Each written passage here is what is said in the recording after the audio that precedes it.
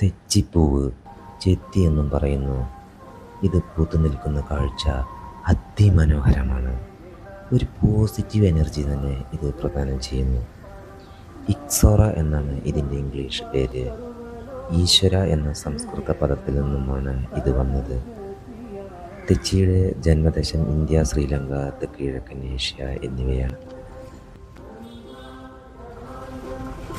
ഈ തെച്ചി ഗാർഡൻ ഉള്ളത് അങ്ങാടിപ്പുറം ശ്രീ മുതുവറ മഹാവിഷ്ണു ക്ഷേത്രത്തിന് മുൻവശത്താണ്.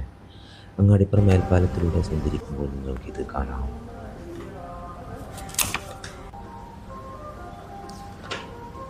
ആരാധനകൾക്കും പരമ്പരാഗത ഔഷധ പ്രയോഗങ്ങൾക്കുമാണ് ഇത് ഉപയോഗിക്കുന്നത്.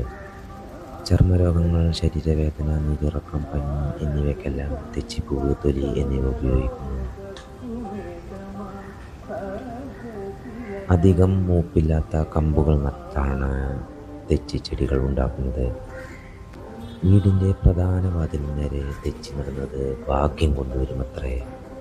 നമുക്കും ഒരു തെച്ചി നട്ടാലോ?